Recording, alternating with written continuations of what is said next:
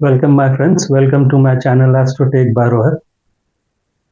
इसी एपिसोड 5 में ये पार्ट 2 सेक्शन है। एपिसोड 5 के पार्ट 1 में हम लोगों ने क्लासिकल डांसर को के हॉरोस्कोप को मैरिज, प्रॉमिस ऑफ मैरिज के संदर्भ में हम लोगों ने एनालिसिस किया था और हम लोगों ने देखा शी गॉट मैरिड एंड ठीक है, वो मैरिज थोड़ा सा लेट हुआ and but ultimately she got married and it was love marriage. थोड़ा सा अनकन्वेंशनल मैरिज था बट शी गॉट मैरिड। हम लोग बस वहीं तक डील कर रहे हैं, उसके बियॉन्ड अभी नेक्स्ट जब नया टॉपिक शुरू करेंगे उस पर हम लोग फर्दर डील करेंगे। तो उस वाले शी वॉज हम लोगों ने देखा कि she is a classical dancer. ये वाली कुंडली जो अभी लाए हैं पार्ट 2 में, एपिसोड 5 के पार्ट 2 में, she is also classical dancer. हाँ, 1 साल छोटी है जो पहले वाली कुंडली से, but she is a famous classical dancer from South, as well as she has won many awards, even Padam Shri. She was once the chairman of film certification body. She was not a government employee, but she was well-known choreographer and she runs a dance training school. तो इस कुंडली का detail आप देखिए। ये 6 मई 1951 सवेरे के 2:08 में, और जगह का नाम है नीलगिरी। आप ये चार्ट अपने सॉफ्टवेयर में खोल सकते हैं। लगन बना है कुंभ और D9 का लगन बना है एरीज। ठीक है, आप ये देख सकते हैं थर्ड हाउस बहुत एक्टिव है। ठीक है, थर्ड हाउस आपका चंद्र है, मंगल है, सूर्य है, बुध है। थर्ड हाउस 10 से रिलेट कर रहा है, थर्ड हाउस 7 से रिलेट कर रहा है, थर्ड फिफ्थ का डिस्पोजिटर लॉर्ड थर्ड हाउस में बैठा है और फिफ्थ में बैठा है शुक्र। ठीक है, आप इससे रिलेट कर सकते हैं वो क्लासिकल डांसर क्यों क्यों हुई। ठीक है, अब आते हैं हम इस कुंडली में, हम लोग को प्रॉमिस ऑफ मैरिज देखना है, तो विल स्ट्रेट गो टू कि किस तरह से उसको अप्रोच करें। लगन मेरा राहु है, लगन मेरा कुंभ का है, तो लॉर्ड शनि हुआ, शनि 8 पे गया है। ठीक है, तो ये एक प्रॉब्लमेटिक, थोड़ा सा आपको रेड फ्लैग दिखाई दे रहा है, बट उसको गुरु देख रहा है, तो मेरे लगन लॉर्ड को गुरु ने एस्पेक्ट कर दिया, it's a very good thing. ठीक है, लगन मेरा राहु केतु एक्सिस पे है, ये थोड़ा सा लगन के लिए ठीक नहीं है पर उतना भी हार्मफुल नहीं। ठीक है, लगन लॉर्ड जो है मेरा फ्रेंडली साइन में है और उस तो ये भी ठीक है। लगन लॉर्ड का पोजीशन ठीक है, भले वो प्लेसमेंट उसकी 8th हाउस में है, वो आपको थोड़ा सा ये लगेगा, थोड़ा सा आपको रेड फ्लैगिंग लगेगा, लेकिन फिर भी शनि का अष्टम में होना और किसी भी मेलेफिक का त्रिक हाउसेस में होना थोड़ा सा बेहतर माना जा रहा है। यहाँ पर त्रिक हाउसेस में आपका बेनिफिक प्लैनेट्स ना हो। हालांकि लगन लॉर्ड गया है, इसके अपने रिपकशंस है जो लेटर ऑफ द लाइफ में उनको मिला भी। ठीक है, अभी हम लोग आते हैं 7th हाउस को एनालाइज करना है इसके। अगर 7th हाउस को देखें, 7th हाउस मेरा सिंह राशि हो रहा है, वो राहु केतु एक्सिस पे चला गया। ठीक, कोई दिक्कत नहीं, जा सकता है, बहुत बड़ा नहीं है। ठीक है, हम एक पॉइंट लिख देते हैं, मेरा राहु केतु एक्सिस पे है आर के। ठीक है, मेरा फिफ्थ लॉर्ड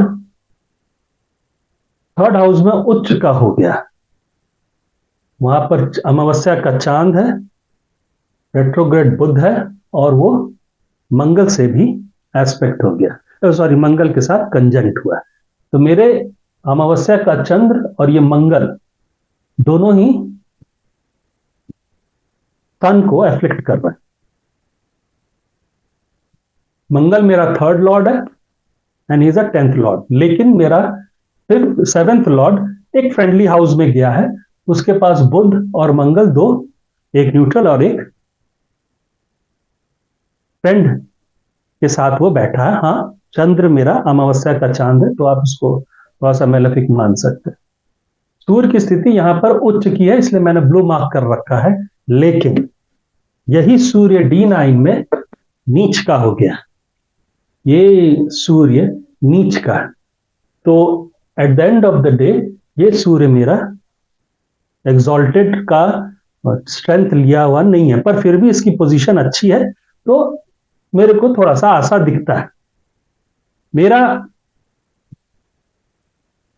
जो 7th हाउस है वो राहु केतु एक्सेस में, ठीक, ओके।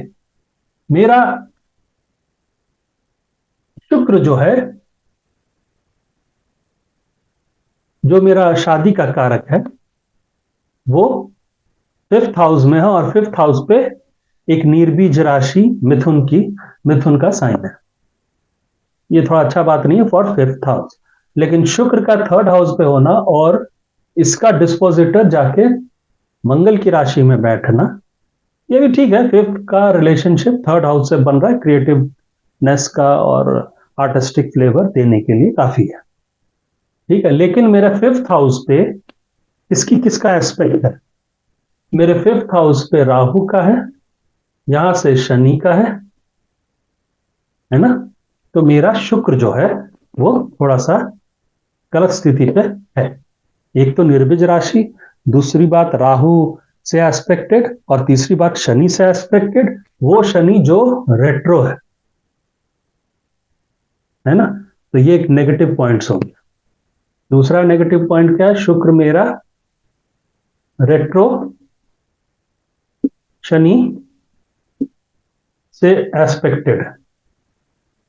जो प्लैनेट को शनि देख रहा है, और वो शनि जो रेट्रोग्रेड शनि है, अगर उसने किसी एक प्लैनेट को देख लिया, प्लैनेट ए को, तो प्लैनेट ए की जो कारकत्व है और प्लैनेट ए की जो लॉर्डशिप्स है, जिसका वो सिग्निफिकेटर बन रहा है जिन जिन घरों का, उन सब कामों में कहीं ना कहीं शनि डिले ला देगा या कुछ ना कुछ अड़चने डाल देगा, जिससे क्या होगा कि ये सब चीजें जो उसके लिए जो प्लैनेट ए सिग्निफाई कर रहा है, वहां पर उसका पूरी तरह से आना हॉरोस्कोप पे या उस आदमी के जीवन पे वो थोड़ा सा डीले फैक्टर पे चला जाएगा। और डीले फैक्टर जो होता है वो इंसान को दुखी कर देता है। पर ठीक है, पर शनि का एस्पेक्ट शुक्र पे होना शुक्र को कमजोर कर रहा है, ऊपर से राहु का भी एस्पेक्ट है। मेरे 7th, अभी हम लगन से जो 7th हाउस को देखते वो राहु केतु एक्सिस पे है। 7th लॉर्ड यहां पर भले उच्च का दिख रहा है, पर एक्चुअली वो D9 में जाके डेबिलिटेटेड हो गया है। पर फिर भी सूर्य के पास स्ट्रेंथ है, क्योंकि वो फ्रेंडली हाउस में बैठा है और फ्रेंडली लोग के साथ बैठा है। लेकिन मेरे इस 7th हाउस को प्रोटेक्शन देने के लिए किसी गुरु का एस्पेक्ट नहीं है। इसके पहले वाली जो कुंडली पार्ट 1 में थी, वहां पर गुरु, आप देख रहे होंगे कि गुरु प्रोमिनेंटली उस चीज को, 7th हाउस को या फिर 7th लॉर्ड को अपने एस्पेक्ट के द्वारा प्रोटेक्शन दिए हुए था। गुरु का 7th हाउस या 5th हाउस पे एस्पेक्ट बहुत हद तक प्रोटेक्शन दे देता है, भले डिले हो जो भी हो, लेकिन वो उस चीज को प्रोटेक्शन दे देता है कि शायद ये हो, अगर टाइमिंग सेट अच्छी बना के भगवान ने भेजा है। तो यहां पर इस कुंडली में गुरु कहीं से भी मेरे 5th और 7th को प्रोटेक्शन नहीं दे रहा है। गुरु मेरा 2nd लॉर्ड बन रहा है। आप बोलोगे गुरु तो 2nd लॉर्ड है, लेकिन गुरु यहां से भी शनि से एस्पेक्टेड है, वो भी कैसा शनि? रेट्रोग्रेड शनि। तो मेरा गुरु प्रॉब्लमेटिक अफेयर में, ऊपर से गुरु पाप कर्तरी में भी फंसा हुआ है। तो मेरा गुरु जो प्रोटेक्शन देता है पूरे कुंडली को किसी भी तरह का, generally Guru is highly protective and most benefic planet, तो वो बेचारा उस सक्षम में नहीं है कि वो अपने तरफ से एक नया फैमिली बना दे, या फिर 7th हाउस या इसको प्रोटेक्ट कर ले। रेख तो रहा ही नहीं है, कहीं संपर्क भी नहीं बन रहा, ऊपर से शनि से एस्पेक्टेड है, ऊपर से ये पाप कर्तरी पे चला गया, तो ये प्रॉब्लमैटिक है। तो लगन से मेरा 2nd हाउस, लगन से मेरा 5th हाउस है ना, और अगर 5th लॉर्ड को देखो तो सूर्य मंगल से वो कंजंक्ट हुआ पड़ा है, और इधर से केतु मेरे 5th लॉर्ड को देख रहा है। है ना। हालांकि केतु सेवेंथ लॉर्ड को भी देख रहा है, पर चूंकि केतु सेवेंथ का ओनरशिप लिया हुआ है, तो मेरे हिसाब से वो सेवेंथ को सेवेंथ लॉर्ड को उस हद तक हार्म नहीं करेगा। लेकिन Ketu as a Ketu will create some problem. But Surya मेरा सेवेंथ लॉर्ड मंगल के साथ बैठा है, वो भी मंगल जो थर्ड लॉर्ड है। मंगल मेरा टेंथ लॉर्ड भी है, और मंगल यहां पर मेरे को कर्म और जो मेरा सेवेंथ है पदोन्नति, जो मेरा टेंथ लॉर्ड है मंगल, जो मेरा थर्ड लॉर्ड ऑफ एफर्ट है, उससे कुछ और बना रहा है करियर रिलेटेड। पर वो सूर्य वो बुध को साथ में जो मेरा फिफ्थ लॉर्ड है उसको भी एफ्लिक्ट कर, ठीक है। और लगन से हमने देखा मेरा जो फिफ्थ हाउस है वहां पर शुक्र बैठा है, और फिफ्थ हाउस पे निर्बीज राशि है। तो मेरे को फिफ्थ हाउस कमजोर नजर आया, शुक्र इज ऑलरेडी अफ्लिक्टेड। मेरा सेकंड लॉर्ड जो गुरु है वो प्रॉब्लमेटिक अफेयर पे घुसा पड़ा है, पाप कर्तरी और शनि, रेट्रोग्रेड शनि से एस्पेक्टेड, ठीक है। मेरा एक होप यह है कि कहीं सूर्य जो मेरा एक ठीक पोजीशन पे दिखता है ना, वो शायद मदद करे, ठीक है। अब हम आते हैं चंद्र से इसको देखें, तो थर्ड हाउस पे चंद्र है, चंद्र से सप्तम घर शुक्र का है, और शुक्र निर्बीज राशि में बैठा हुआ, ठीक, कोई बात नहीं। लेकिन इस घर को जो चंद्र से सप्तम स्थान है, तीन जगह से हम लोग को चेक करना है, एक तो लगन से सप्तम, एक चंद्र से सप्तम, और एक शुक्र से सप्तम। तो अभी हम चंद्र से सेवेंथ हाउस को देख रहे हैं। चंद्र से सेवेंथ हाउस पे मंगल का असर है, सूर्य का असर है। हालांकि वो सूर्य लगन का सेवेंथ लॉर्ड है, पर फिर भी अभी हम चंद्र लगन से अगर देखें तो मेरा वो सेवेंथ लॉर्ड नहीं बन रहा है। बट ये दोनों एफ्लिक्ट कर रहे हैं, सूर्य और मंगल, और अमावस्या का चंद्र तो अपनी जगह पे है। अब अगर आप देखो तो इस जगह को राहु भी एस्पेक्ट कर रहा है, तो ये मेरा घर खराब है।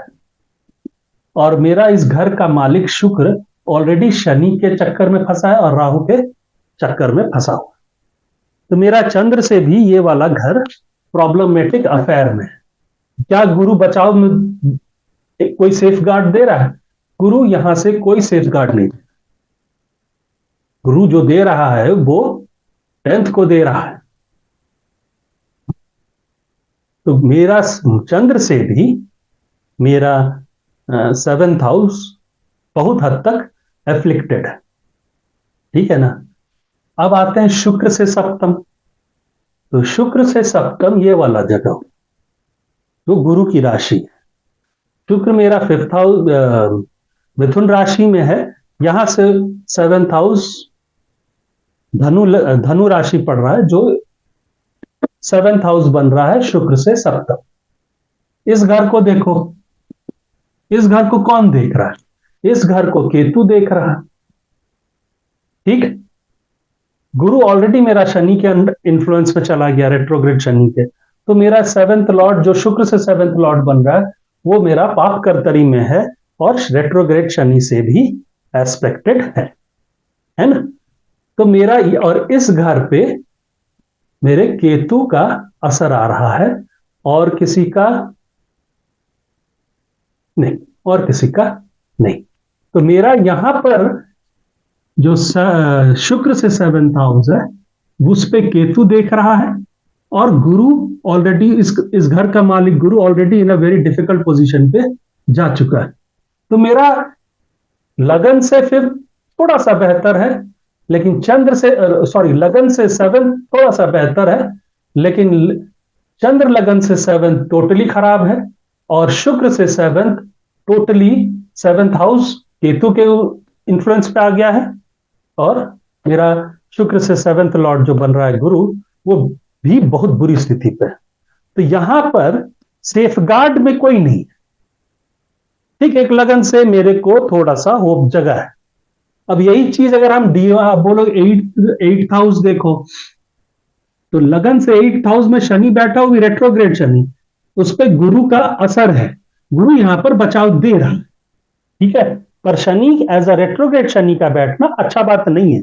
आप बोलोगे गुरु का असर है, गुरु ऑलरेडी भाई डिफिकल्ट पोजीशन पे है, वो उस फोर्स के साथ इसको नहीं बचा पाएगा। हाँ, हालांकि नजर इस पे है, इस 8th हाउस पे है, वो ठीक है अपनी जगह पर है, पर वो शनि का जो पॉइजन है उसको नलिफाई करने में गुरु का इफेक्ट कम रहेगा। ठीक है, क्योंकि शनि का पोजीशन इस घर में ठीक है, 3 हाउसेस में मेलेफिक का रहना कुछ हद तक ठीक है, शनि का 8th हाउस में बैठना भी उसके कुछ अच्छे भी हैं और उसके कुछ खराबी भी है, पर शनि अपना फ्रेंडली हाउस में बैठा है, वो गुरु का सारा अमृत ले लेगा, गुरु को अपना सारा पॉइजन दे देगा अपने समय में। ठीक है ना। अब अगर आप चंद्र से अष्टम देखो, तो चंद्र से अष्टम पड़ रहा है ये, तब चंद्र से अष्टम स्थान ये पड़ रहा है, ये जगह है लगन का 10th हाउस और राशि पड़ रही है स्कॉर्पियो। तो चंद्र से अष्टम स्थान वृश्चिक राशि है जो लगन का 10th हाउस पड़ रहा है, वहां पर रेट्रोग्रेड शनि का असर है। और मेरा मंगल भले अपने स्थान पे बैठा है, तो एक सेफ जगह पे बैठा है, पर वहां पर वो सूर्य से अफ्लिक्ट हो रहा है और केतु से भी अफ्लिक्ट हो रहा है। तो मेरा 8th हाउस लगन से एवरेज है, चंद्र लगन से कुछ हद तक एवरेज से बिलो है, बट हम ये बोलेंगे इट हैज नॉट फेल्ड, तो इस टॉप क्लास भी नहीं है। ठीक है, अब इतना करने के बाद हमको सिर्फ एक ही होप नजर आ रहा है कि क्या जो लगन से मेरा 7th है वो थोड़ा सा ठीक है, पर बहुत हद तक चारों तरफ से डिस्ट्रक्शन है ना। पर हम फिर भी एक टिक रखेंगे कि कहीं, मुझे तो हम लोग को देखना है कि शादी होगी कि नहीं होगी, सिंपल, उसके बियॉन्ड अभी उस क्वेश्चन पे नहीं जाएंगे। तो मेरे को यहीं पर एक ही सिंगल पॉइंट दिखाई दे रहा। अब आते हैं D9 में, वही चीज चेक करते हैं। D9 में अगर देखो तो D9 में अगर तुम देखो तो 7th हाउस क्या नजर आ रहा है, 7th हाउस पे शुक्र बैठा है, क्या बात, बेटर पोजीशन है शुक्र का। यहां पंचम था निर्बीज राशि, लेकिन यहां पर अपने ही घर में, सॉरी, यहां पंचम स्थान पे बैठा था, निर्बीज राशि थी, उसको राहु देख रहा था, उसको शनि देख रहा था, है ना। यहां पर थोड़ा सा प्रॉब्लमेटिक अफेयर में था। D9 में शुक्र ने केंद्र का स्थान पकड़ा, राशि अपनी पकड़ी, थोड़ा सा पावर मिला, लेकिन यहां पर नीच का सूर्य बैठ गया, मैंने जो गेन किया वो वापस उसी परिस्थिति पे चला गया। ठीक, इसमें एक ही होप है कि शुक्र मेरा अपने स्थान पे बैठा है, लेकिन यहां पर एक नीच का सूर्य बैठा है जो शुक्र का एंटी पार्टी है, शुक्र के लिए सूर्य एंटी पार्टी है, दोनों एक दूसरे को देख के चिढ़ते हैं। ठीक, इस शुक्र को देखो, इस शुक्र को सूर्य यहां से कर रहा है प्रॉब्लम, इस शुक्र को शनि यहां से प्रॉब्लमेटिक अफेयर में डाला है, तो मेरा शुक्र यहां पर भी बहुत प्रॉब्लम में फंसा पड़ा है। और शुक्र की राशि में, शुक्र की राशि कौन है, टॉरस है, और ये है तुला है, और टॉरस शुक्र की एक राशि में राहु केतु का एक एक्सिस जाके बैठा हुआ है। यहां पर शुक्र को, ये शुक्र की जो 2 राशि थी वो पोजीशन पे नहीं था, राहु केतु उस पोजीशन पे नहीं था, पर शुक्र को शनि यहां से अफ्लिक्ट कर रहा है, यहां से भी अफ्लिक्ट कर रहा है। शुक्र सूर्य, नीच का सूर्य बैठ के शुक्र को अफ्लिक्ट कर रहा है, हालांकि यहां पर नहीं कर रहा, पर यहां पर राहु कर दे रहा है। यहां पर शुक्र को शनि कर रहा है, और शुक्र की जो एक राशि है टॉरस, वहां राहु का एक राहु केतु एक्सिस का एक साहब बैठा हुआ है। तो शुक्र यहां पर भी बहुत प्रॉब्लमेटिक अफेयर में है। सिर्फ एक ही है भैया, शुक्र मेरा 7th है, लेकिन अपने राशि में, ठीक है, पर वो खूब जगाने लायक नहीं है। अब आते हैं चंद्र से। चंद्र से सप्तम गुरु का राशि है, मीन राशि, जो D9 का 12th हाउस हो रहा है, लेकिन वहां पर रेट्रोग्रेड शनि अपना असर दे दिए हुए, और यहां से केतु दिए हुए जो कि 8th हाउस है।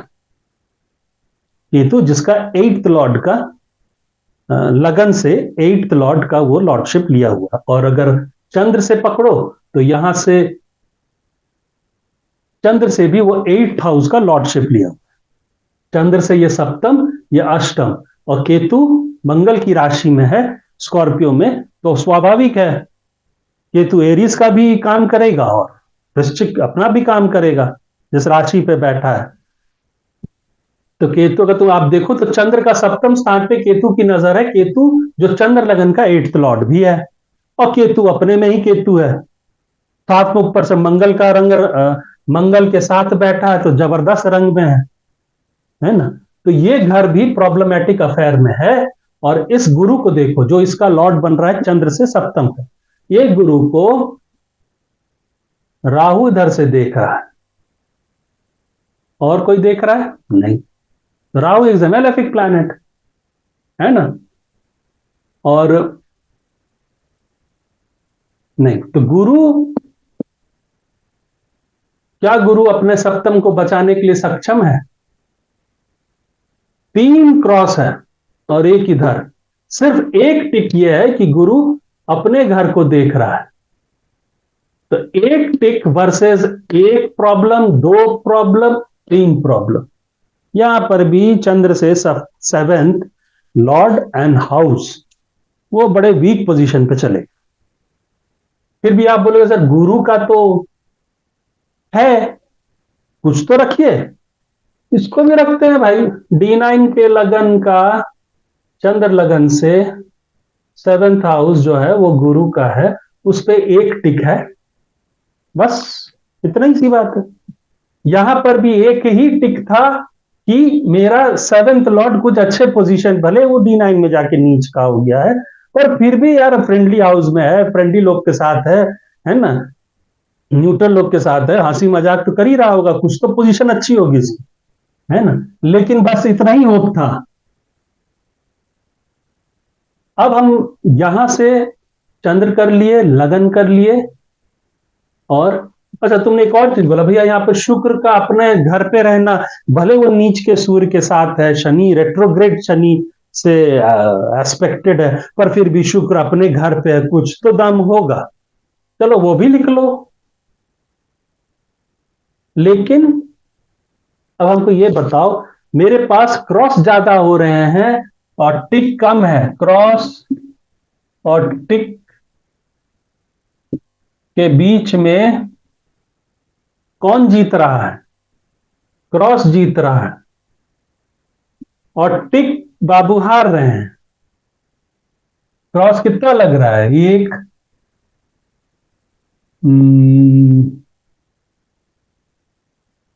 दो, एक, दो, 3, 4, 5। D9 में 5 क्रॉस हैं, तो D9 में टिक कितने हैं? टिक 2 है, ठीक है। और 1, 2, 3, 4, 7 और 8। D9 का 2nd हाउस जिसका लॉर्ड शुक्र बन रहा है, उस पे राहु केतु एक्सिस है, मंगल का भी असर है मेरे 2nd हाउस पे, ठीक है। चंद्र से 2nd हाउस पकड़ो तो यहां नीच का सूर्य बैठा है और उस पर फिर से शनि का, तो यहां पर तो प्लस प्लस प्लस होते चले जा रहा है, यहां पर टिक का सिर्फ 2 है। तो D9 में भी मेरा टिक हार गया और क्रॉस जीत गया। तो भाई मेरे को तो बहुत तगड़ा डाउट होने लग गया। पर फिर भी आदमी टाइमिंग, भगवान का कहीं इच्छा जागे तो टाइमिंग सेट इस तरह से करे कि शायद बात बन जाए। शादी तो एक बार हो, उसके बाद दूसरा मसला शुरू होता है, अच्छा है बुरा है प्रॉब्लम है, वो डिफरेंट क्वेश्चन है, उसका हम लोग अलग से चार्ट्स करेंगे, ठीक है।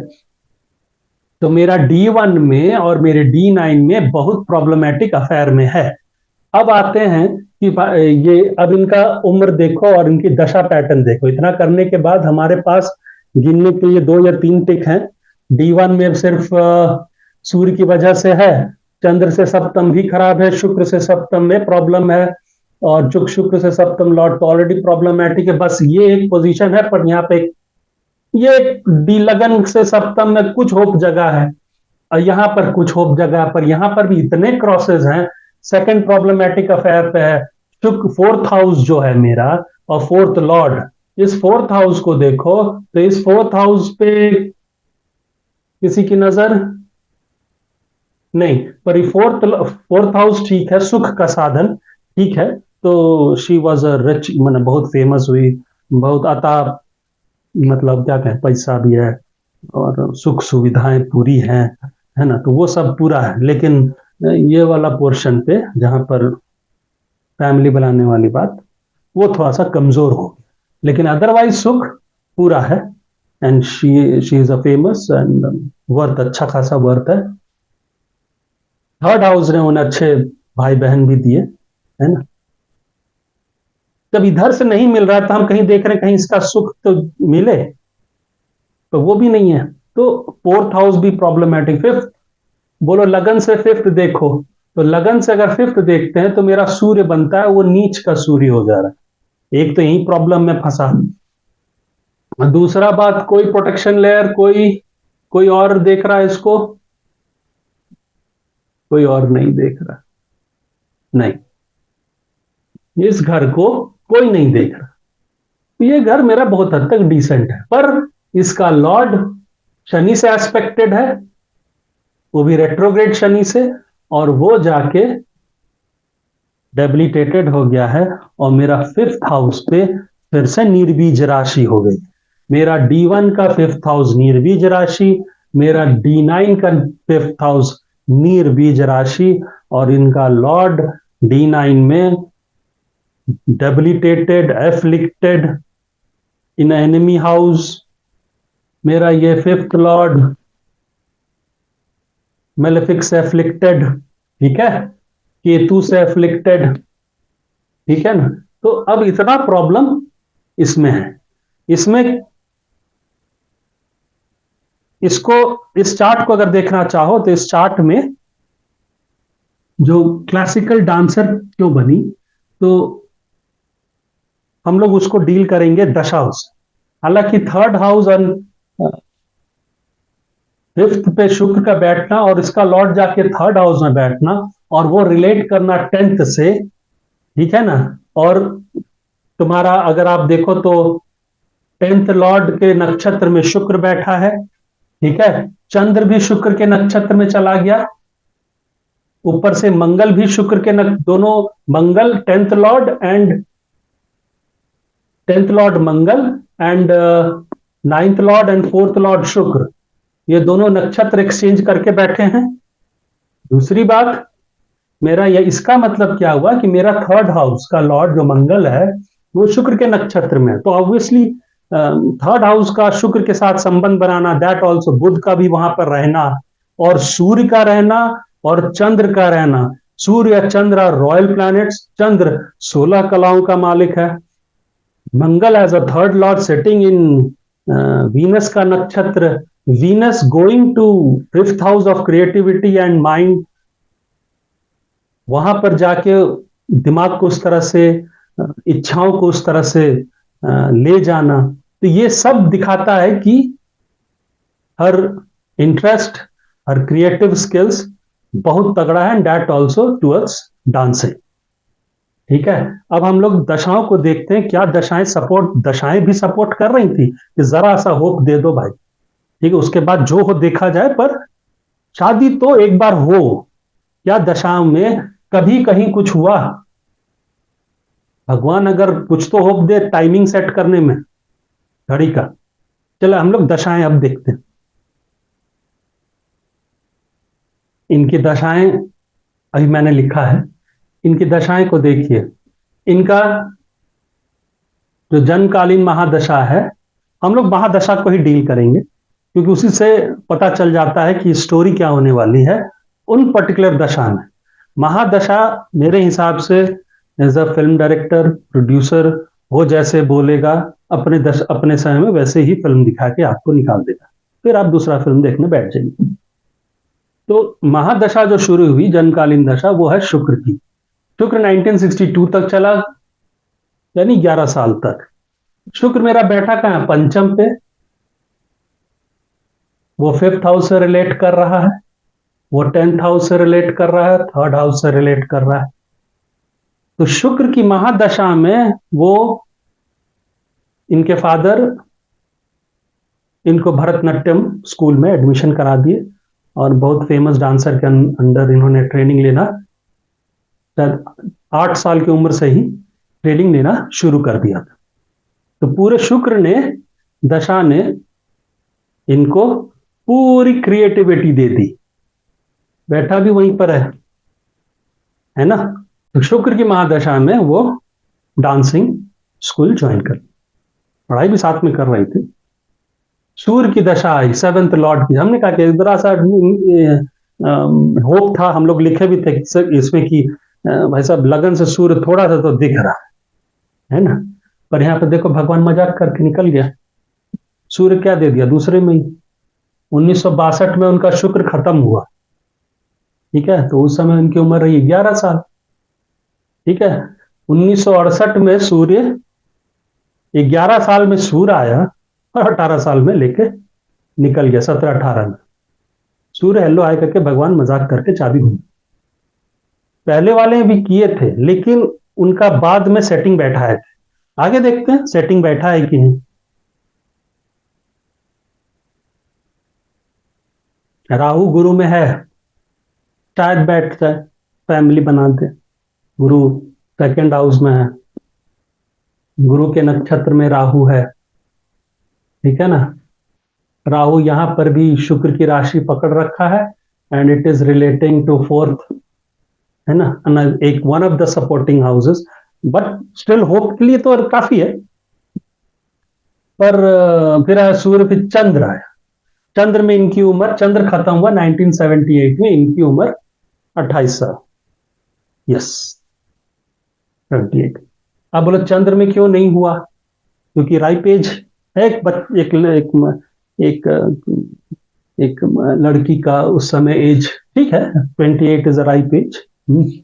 चंद्र को देखें, चंद्र तो एक अमावस्या का चंद्र, एक तो प्रॉब्लमेटिक है, पर फिर भी, बट वो 7th लॉर्ड के साथ बैठा, एक है। लेकिन चंद्र से 7th स्थान देखो, ये पूरा बर्बाद हुआ पड़ा। चंद्र से 7th स्थान का शुक्र बर्बाद हुआ पड़ा।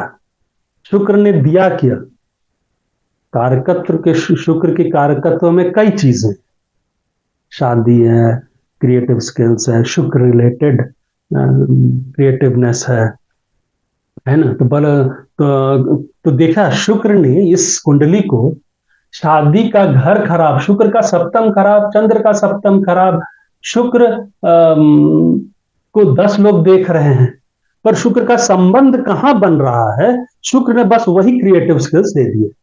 तो शुक्र ने अपने कारकत्व में कुछ हिस्सा छोड़ा और कुछ हिस्सा जो मैंने जिसको वो एग्जॉल्टेशन के, सॉरी, जिसको वो मैंने एग्जाम्पलरी वे में दिया, वो था नाट्य स्किल्स। और 5th में बैठ के उसका क्रिएटिव स्किल्स को और उजागर कर। लेकिन शुक्र ने ऐसा क्यों किया? इसलिए किया कि शुक्र का 7th खराब है। शुक्र बैठा बुध की राशि में है, शुक्र संबंध बुध से बना रहा है, ठीक है ना। तीसरी बात, शुक्र का 3rd लॉर्ड से संबंध है ज्यादा क्लोजली। लगन से 7th पे उतना असर नहीं है। D9 में भी देखें शुक्र को, तो शुक्र ने पंचम का इतना तगड़ा रूप क्यों दिया? शुक्र अपने राशि में बैठा हुआ था। सूर्य का यहां बैठना, 5th लॉर्ड का बैठना, और शुक्र की महादशा में उसने पंचम का पूरा रंग दिया। लेकिन क्योंकि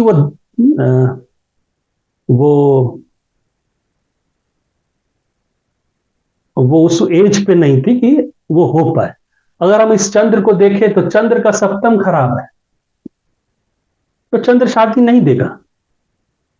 चंद्र से 7th हाउस अगर स्ट्रांग होता और 7th लॉर्ड स्ट्रांग होता तो हो जाता, पर चंद्र से 7th हाउस स्ट्रांग नहीं है। आया अब चंद्र 1978। चंद्र का हमने कहा कि महादशा में क्यों नहीं मिला, चंद्र से सप्तम खराब है, ठीक है, सप्तम लॉर्ड प्रॉब्लमेटिक अफेयर में है। D9 में चंद्र से सप्तम खराब है, और D9 का सप्तम चंद्र से सप्तम ये प्रॉब्लमेटिक अफेयर में है गुरु। क्या चंद्र D9 में D9 का लगन से 7th हाउस जो है शुक्र, सॉरी तुला राशि जो 7th हाउस बन रहा है, लॉर्ड शुक्र से संबंध बना रहा है, उससे कोई संबंध नहीं है, 7th हाउस से कोई संबंध नहीं है। तो यहां पर वो चंद्र क्यों देगा? क्या चंद्र 7th हाउस से रिलेशनशिप बना रहा? हाँ बना रहा है, लेकिन ये चंद्र अमावस्या का चंद्र है, एक एफ्लिक्शन पे है मंगल से और केतु से तो चलो प्रॉब्लम, केतु से हम उतना नहीं मानेंगे, मंगल से अफ्लिक्टेड है। चंद्र की राशि पे कोई बैठा है?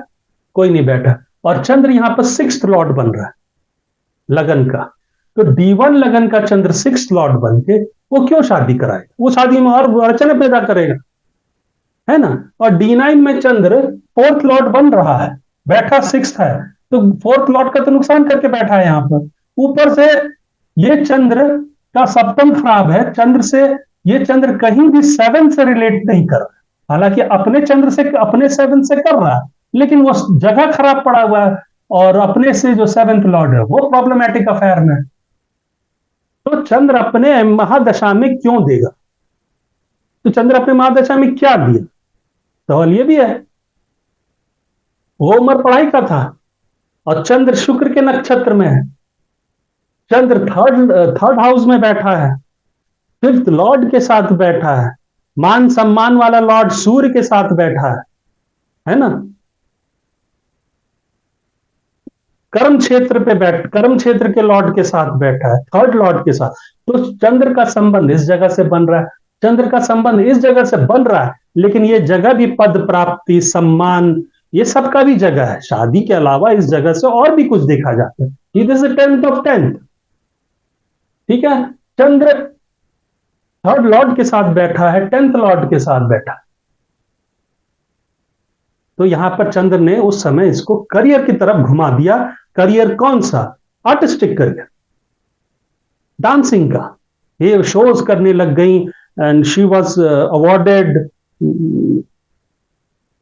वो बहुत जगह उस दौरान में she was gaining her public, मैंने पब्लिक अपीयरेंसेस कर रही थी, और कुछ हद तक फेमस भी हो गई थी वो। तो चंद्र उन सब कुछ दिया।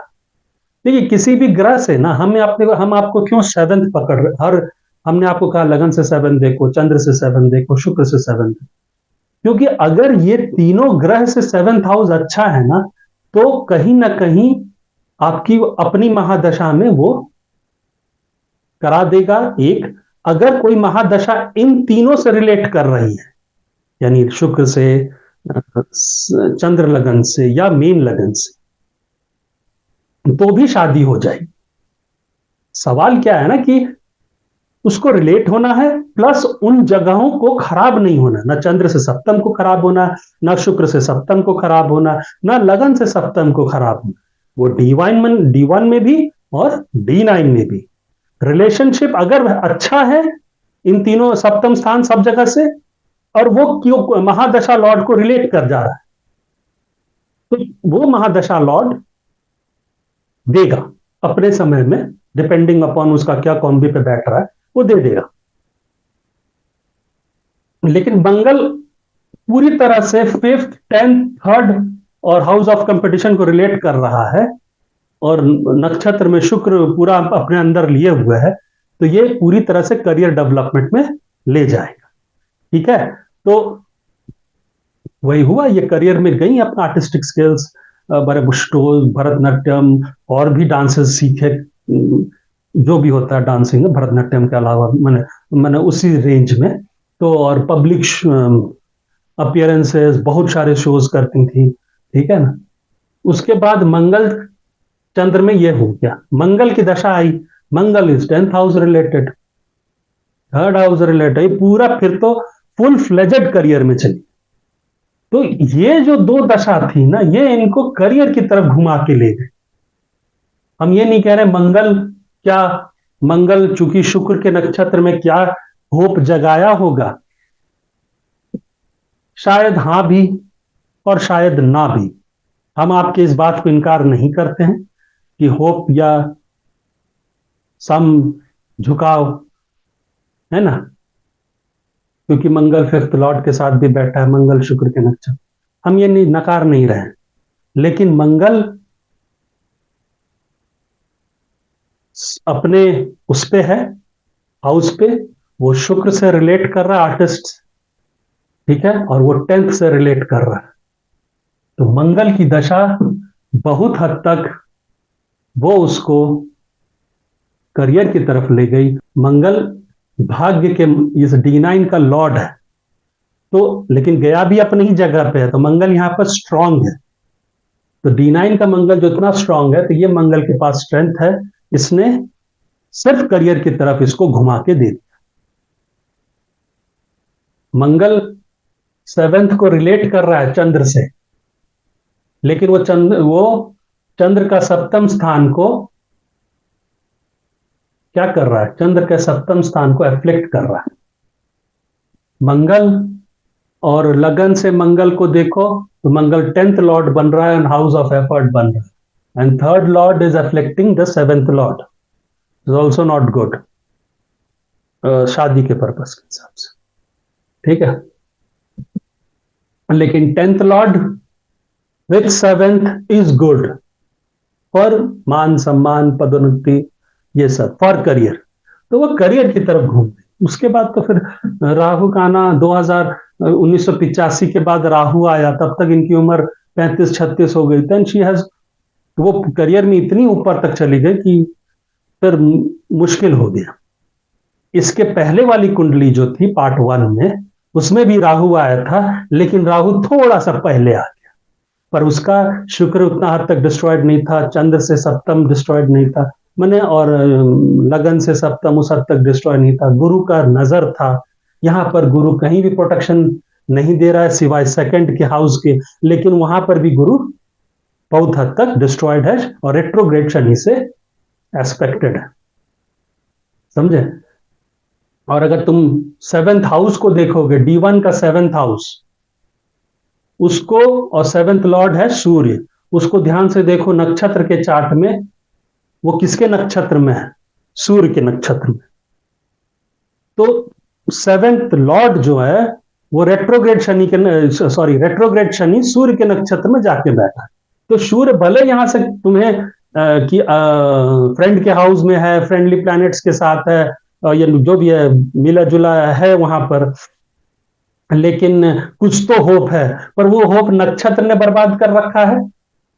रेट्रोग्रेड शनि इन सूर्य के नक्षत्र, ठीक है, एंड राहु केतु एक्सिस। तो ये कुंडली कंपेयर टू द पार्ट 1 वाला कुंडली किस हद तक प्रॉब्लमैटिक अफेयर में है। राहु का आना, क्या राहु दे देता शादी? नहीं दे पाता, क्योंकि राहु से सप्तम खराब है। राहु ऑलरेडी, राहु का जो डिस्पोजिटर लॉर्ड है शनि, वो 8th हाउस जाके बैठा है। राहु का जो नक्षत्र लॉर्ड गुरु, वो प्रॉब्लमैटिक अफेयर में है, तो राहु अपने रंग में ज्यादा रहे, है ना।